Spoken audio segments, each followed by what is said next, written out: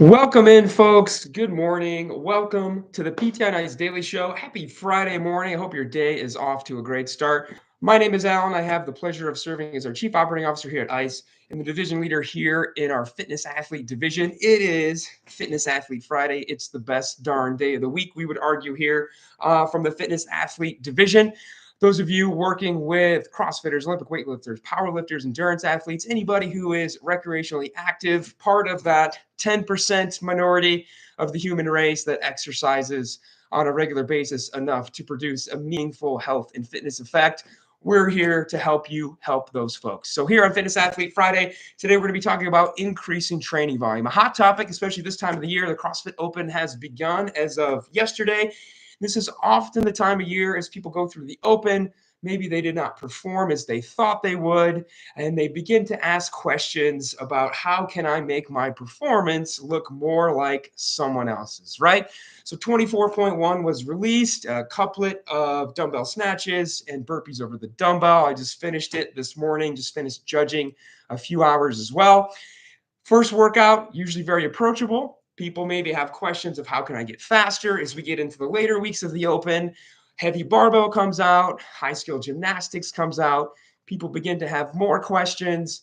What else could I be doing besides coming to CrossFit class? This relates to other athletes as well. Endurance athletes who maybe want to get faster in their mile time, faster in their race times, stronger to have less injuries. All of those questions tend to come up of what else could I be doing? So today we want to focus on asking in the concept and answering the question of increasing our training volume. Why should we do that? When should we do it? Who is the person that's appropriate for it? And then how should we actually begin to introduce increasing training volume? So let's start from the top. Why should we increase training volume? I think this is really important, and that's why I have it as the first point today. Often folks are maybe disappointed with their performance in the open or a recent road race or a competition or something like that, and they want to do more training. And just adding in more training without understanding why we're doing that training or having a goal for that training can be a very rocky foundation to build upon and can really ultimately maybe set us up for an unsuccessful addition of volume that doesn't meaningfully improve our performance and maybe leads to an increased risk of injury for no reason because we don't really know why we're training for more volume, right? Just doing more CrossFit metabolic conditioning workouts or just doing more accessory weightlifting or just running or biking more miles without a goal is really just adding meaningless volume to the equation. We need to understand why should we do this. So when folks come to you with that question of what should I be doing extra outside of my running or outside of CrossFit class, we should be asking back, why do you feel the need to add more training volume in? What specific deficit are you understanding or do you feel has been recently exposed that we need to add more training volume in? To just improve general fitness, with those folks, we would say be patient, right? Continue going to CrossFit class. Continue if you've only been running for a year or two, continue your normal running training, right? Understand that high level performance it often comes with most folks. When you look at them, they have a large training age, which means they have been doing whatever they're doing for a long period of time. And so expecting to close that fitness gap in just a couple of years by just adding in more volume is not really an intelligent way to approach that. But if we have identified some specific deficits, then that can be an argument to maybe add in some extra volume. So, folks who are maybe long endurance athletes who are noticing the longer my runs, the slower I become. I perceive that I maybe need to add in some speed work. Folks maybe doing CrossFit that say, you know what, I'm great when the weight is body weight or when it's a low to moderate weight, dumbbell, kettlebell, barbell, whatever, I'm okay. But as we get heavier, I perceive that my strength, my upper limits of strength is limiting me from moving the weights around in CrossFit class, or I'm perceiving that if I added in some more resistance training to whatever I'm doing, maybe my tissues would be healthier, or I don't have some of the skills and I would like to begin to practice them, right? I would like to practice double unders outside of class. I would like to practice pull ups or muscle ups or handstand push ups outside of class, or maybe add in an extra day of running if I'm a CrossFit athlete. So, understanding why we're adding volume in is very, very, very, very important. And it should be to address a specific perceived deficit. And all the better if we can actually objectively test that so that we know if we're starting to make up ground on that deficit or not with the extra volume that we're being asked to add into our programming. So, starting with why is very important. The next question is, when should we do this? I would argue that we should really only add in extra training on top of what we're already doing when we feel like our current training has plateaued. Of that person who says, I have been going to CrossFit 6 days a week for 10 years, and I feel like my ring muscle ups are not getting any better. I feel like I have literally not added a pound to my max clean and jerk, whatever. When a perceived plateau is there, that can be a good argument to begin to add in some extra volume, especially those folks, endurance athletes as well. Like, hey, man, I have been running for a decade. My marathon pace got faster, faster, faster the first couple years, but it's been pretty much the same pace for the past 2 or 3 years of races. I feel like something needs to change. Or again, those folks who do not have a skill. So that's when we begin to action that extra volume. For me, over the past year, my extra volume looked like adding in some more running. Doing pretty well, pretty happy with my CrossFit performance. But when runs showed up, especially in workouts where the runs were longer, 800s, miles, workouts like Murph, hero workouts with a lot of running, really, really, really impacted my performance despite doing pretty well on the other stuff that wasn't running. So, beginning to add in extra running outside of CrossFit class. Now, how do we do this? This is as important as why. How do we add in volume in a very intelligent manner? The key is with anything else, just like when somebody first began an exercise program, we need to start low, we need to go slow. We need to stair step this volume. A lot of folks perceive a deficit or otherwise feel like they want to add in more volume, and they just do more of what they're already doing. And sometimes they do it every day, right? The person who leaves CrossFit and goes to Planet Fitness and does an hour on the stair stepper or does an hour of machine weights, whatever. Adding in a big chunk of volume, again, if we don't have the foundation of why and when we should be doing this, can be a really unintelligent decision. So we should do this carefully. For me, this looked like one extra day of running for a couple of weeks, 2 extra days of running for a couple of weeks, so on and so forth. Using a running coach to very carefully and controlled add running volume in on top of working with a nutrition coach to make sure that I was fueling appropriately. So making sure that if we do come to the decision that we could benefit from extra training aside from what we're already doing, that we do it very, very, very, very carefully. What we're trying to do, adding in extra exercise pieces, is we are trying to push ourselves maybe into a short period of what we would call overreaching, functional overreaching. We're pushing the margins just a little bit, but we also need to be mindful of all the other training that we're doing. And we have to be careful that this functional overreach does not become overtraining, right? We need to make sure that if we're adding in extra stuff, we respect this new volume, we do it carefully. This extra volume should come with a progression in a deload. So, for example, my running coach always had me on 4 week cycles where every fourth week was a deload, added a little bit of miles every week for 3 weeks, and then a deload, add deload. That deload week is a chance to give my body a break, go back to essentially my pre-running amount of volume, but it's also a great week to assess how did my body respond to the previous 3 weeks of training? Should we continue with the next block of extra volume? Or should we stay where I was at? Or should we maybe even regress a little bit because it was a little bit too much of an overtraining feeling rather than that functional overreach. And again, being objective with why are we doing this can really help us know, did that little burst of extra volume create a change? Did mile split times go down? Did a race time go down? Did strength go up maybe 2 pounds or 5 pounds or whatever? Can I do two muscle ups now instead of one muscle up? So on and so forth. Having those objective indicators lets us know, okay, we're making the progress we want to see. And as long as everything is feeling good, we're good to continue going to that next step on the staircase of increasing volume.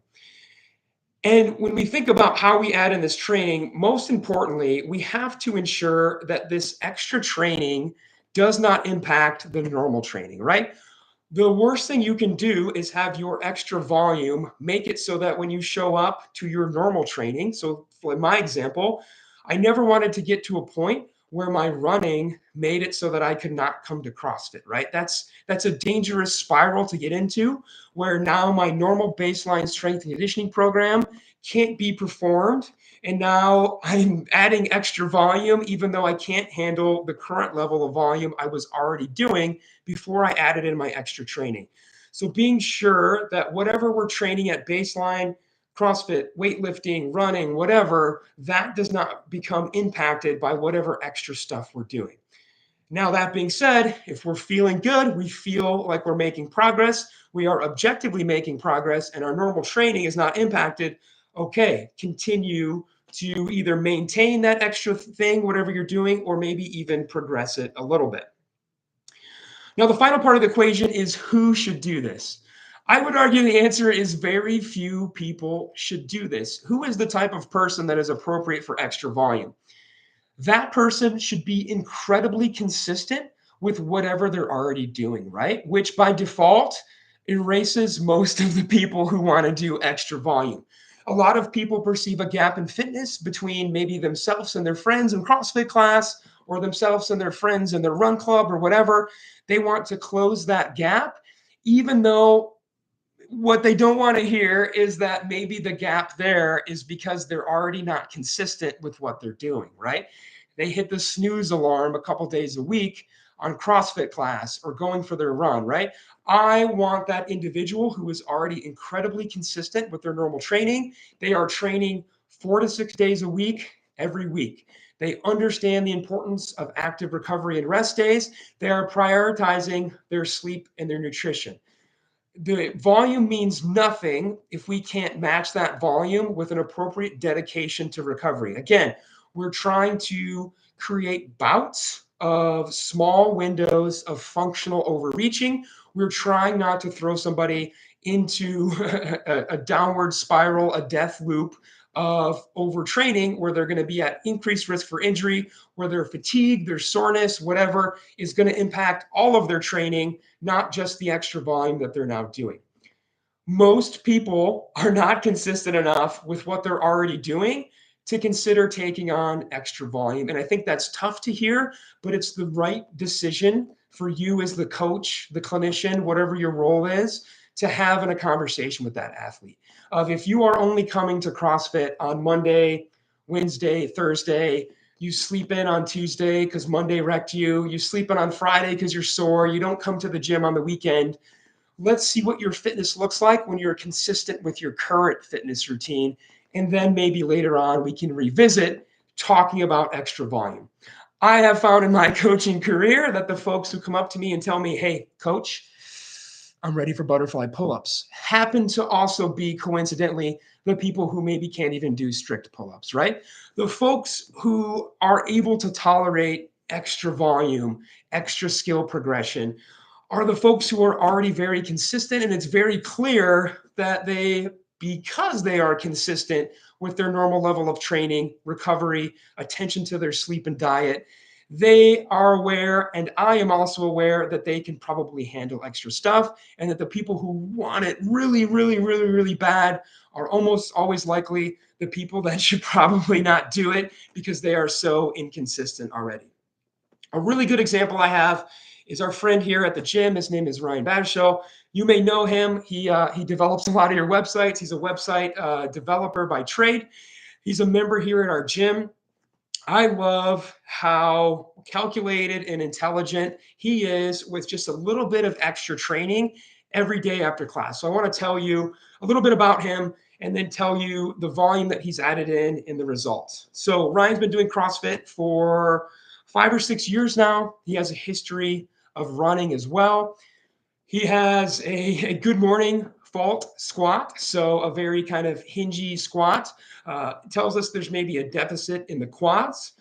Wants to get better at gymnastics and wants to train for a half marathon as well. So a lot of different goals, but it's good. Again, why are you adding extra volume? Are you just doing it meaninglessly, or do you actually have a goal? Okay, we have a couple of goals here. We want to improve our foundational lifts. We want to improve our back squat, our deadlift. We want to improve running. We want to improve our gymnastics. Okay, good. We have concrete, objective ways to know that volume is working. What does that extra volume look like? And I think you would be surprised to hear that his extra volume is about 10 to 15 minutes a day after class. It's nothing crazy. One day he does an EMOM, usually a 10-minute EMOM of strict pull-ups and push-ups to help his gymnastics foundations. One day he focuses on front rack barbell step-ups to focus on quad strength. Another day he does hip thrusts to work on his posterior chain and low back strength. And a fourth day of the week, he adds in a couple extra miles of running. Nothing he does conflicts with his ability to come to CrossFit 5 days a week. He's a Monday through Friday regular, very consistent with 5 days a week of CrossFit training, very consistent with his nutrition, very consistent with his recovery, right? Somebody that's getting on most nights 8+ hours of sleep, getting plenty of fuel as well. What are the results? A lot of people might look at the work he does and say, there's no way that 10 to 15 minutes of extra work could translate into anything meaningful, right? A lot of us look at extra volume and we think, if I want to be better, I need to run 5 miles extra a day. I need to do an extra hour of CrossFit a day, right? I need to do more and more and more volume instead of really intelligently planned extra accessory work. Over the past year of adding that extra volume, he has broken through plateaus on his back squat, his deadlift, and his bench press from all of the strict gymnastics, the front rack step ups, and the hip thrusts. He has improved his running, even though he's already a great runner, in accordance with his goals to be able to run and complete a half marathon. And his gymnastics are certainly becoming on another level. His kipping pull ups, his toes to bar, his muscle ups, his handstand push ups are all also improving accordingly because of his focus on strict gymnastics work. So I hope from that you glean that when we're talking about adding extra volume, it doesn't need to be this grueling stuff. It doesn't need to be very high intensity stuff. It just needs to be intelligently designed in a way that does not affect our current training and that puts us in a short state of functional overreaching, but does not become this long-term overtraining issue. Understanding that as we increase that volume, our nutrition, our calorie intake should increase as well. And we definitely need to make sure that our recovery is on point because we're now taking on extra physical volume that our body will need to recover from. So extra volume, why should we do this? We should do this only to address a specific perceived deficit that we can objectively measure the impact of extra volume on. When should we do this? When we have perceived a plateau, right? If every time we're testing a lift or testing a mile pace or a 5K pace, and we are still getting faster, getting stronger, whatever, we have not yet reached that plateau. And so I'd argue it's not yet a time to consider taking on extra volume. If we do decide extra volume, extra work, extra accessory work is appropriate, how should we do that? We should do that very carefully. We should do that as a stair-step approach. We should do that in a manner that we can reassess the impact of our extra training. Is it actually working? And we should do it in a way that our normal training is also not impacted. We should never be skipping our normal run because of our strength training or our speed work. We should never be skipping CrossFit class because of our extra running or our extra accessory work that we maybe do before or after class. It should not impact our normal training. And then who should do this? Again, I would argue a very small amount of people should actually do this. Folks who are already incredibly consistent with their normal training routine, who are training 4 to 6 days per week, understand and are consistent with recovery, right? The stuff that happens outside of training, diet, sleep, nutrition, recovery. And folks who are aware of the nutritional goals are meeting them and are also aware that adding extra volume is going to increase the demand on how much and the dedication we have to our recovery. And then finally, understanding it doesn't have to be crazy high volume, crazy high intensity to have an impact. 10 to 15 to 20 to maybe 30 minutes of extra work, just a couple of days a week, can go a really long way if the extra volume is done in a meaningful manner to address those extra deficits. Finishing a Metcon and doing another Metcon is usually just going to result in that Metcon being of even lower intensity, that you may have to scale the weights and the ranges of motion more, rather than coming over and doing some front rack step ups, or doing some strict pull ups, or doing some sort of skill practice, or really judicious strength piece or run piece, cardio piece, something like that, right? Extra Metcons, a 60-minute AMRAP at the end of a 40-minute AMRAP is really not going to push the needle. Again, we're looking for that functional overreach and making sure we don't push that into overtraining. So extra training, who, when, why, and how. Those are our thoughts. So hope you have a wonderful weekend. If you're going to do 24.1, I hope you have fun. My advice, go fast at the start, go fast in the middle, go fast at the end. It's designed as that kind of workout, low skill, high work, one of my specialties. So hope you have a great Friday. Have a fantastic weekend. If you're going to be at a live course this weekend, we hope you enjoy yourselves. Have a great Friday. Have a great weekend. Bye, everybody.